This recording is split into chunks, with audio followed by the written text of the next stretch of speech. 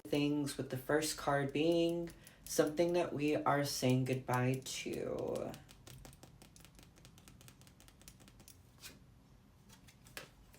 All right, we are saying goodbye to the Star. So, the time that we have taken to heal, the time that we have taken to persevere and come out on the other end is over. Healing time is over. This is time to take action. This is time to follow through with your dreams and aspirations. This is a great opportunity for bringing in the sense of renewal and just embarking on that path that you have been hesitant to go down. I love seeing the Star card because it's all about reconnecting to you. After all of that necessary healing has been done, after that time of darkness, it is time for you to illuminate in the sky. It is time for you to shine bright through the darkness of night. Again, perfect opportunity and time for you to cut that healing cycle and now start putting action behind the things that have held you back, or putting action behind following through on your dreams. This is a great card to see. The next card will represent something that we are welcoming in. Something that we are welcoming in. Okay, interesting. We are welcoming in the Sun. Very interesting. Again, with us saying goodbye to the Star, and now we are welcoming in the Sun. This is saying we are really stepping more and more into light. We are stepping into illuminating what has not been seen. The Sun is about warmth. It is about prosperity. The Sun wants us to get reinvigorated by our environment. It wants us to take in all of that beautiful nutrient from our spaces and prosper. Now, something I always note about the Sun card is making sure that the source that you are tapping into, that is giving you this inspiration, that is giving you this light, it needs to come from within inside of you. It cannot come from any outside forces. And I say that because it is very easy to abuse what we find to be warm. It is easy to abuse what we find is giving us attention. And the Sun wants to give us tons of attention, but that can't start anywhere but within. It has to be within. The other thing that I will say about the Sun card is making sure that any light you are bearing on those around you, making sure that they were able and self-sufficient in their growth before you came around is also going to be very key to unlocking some of the Sun energy. All right, the next card I am going to pull will be an upcoming block for us in the new week.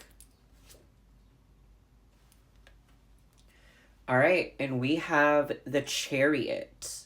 Now, the Chariot in this iteration to me is asking us, how do we maintain balance? How do we maintain composure? How do we follow suit with our mental fortitude? How do we tap into our intuition?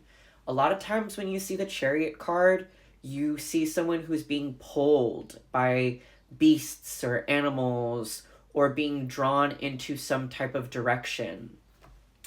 This iteration of the Chariot has you very still over these beautiful hounds. Now, these hounds are here to protect you, but the hounds are also saying that this is a perfect opportunity for you to get off the ride that you've been on and continue down the path based on intuition alone. So if you are feeling stuck, if you are feeling that you don't know how to self-motivate, tap into your intuition. What is Spirit telling you specifically? And again, letting go of um, any type of naysayers or anything that might want to prohibit or not motivate you in this path is, you just got to let it go. You have to absolutely let it go and move on, especially if that's what's getting you caught up with what's going on up here. So this is a great card because it's time. And you know that we started off with that star card about really stepping into your star power and the healing journey being over, and this is time for you to get out there. Now, with the block being all about the mind and how you navigate, I think you know how to navigate. And I think that if you are fooling yourself, maybe just retrace the steps that got you into the last position that caused you to have to go into a place of healing. And I bet you those answers will help you with moving forward in this Chariot. The last card that I am going to pull is going to represent a power or something that we can utilize when times get tough.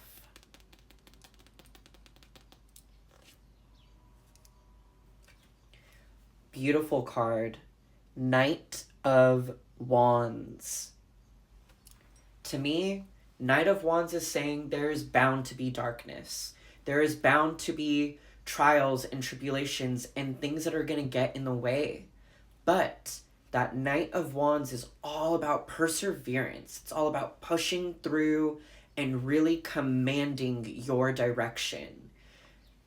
I think that knowing that what you're about to embark on could be a little difficult or could have some type of darkness would be wise for you to not be naive about it, but knowing that you are the one who's carrying your torch will be very empowering in knowing about your direction, in knowing about how you're going to get there, why you're getting there, how fast you're getting there.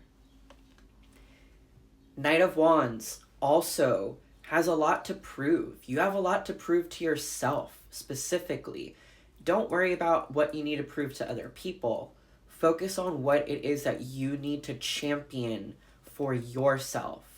And I think that that is going to really help assist you in any of those blocks, kind of like that Chariot and not knowing how to go on and knowing how to push forward.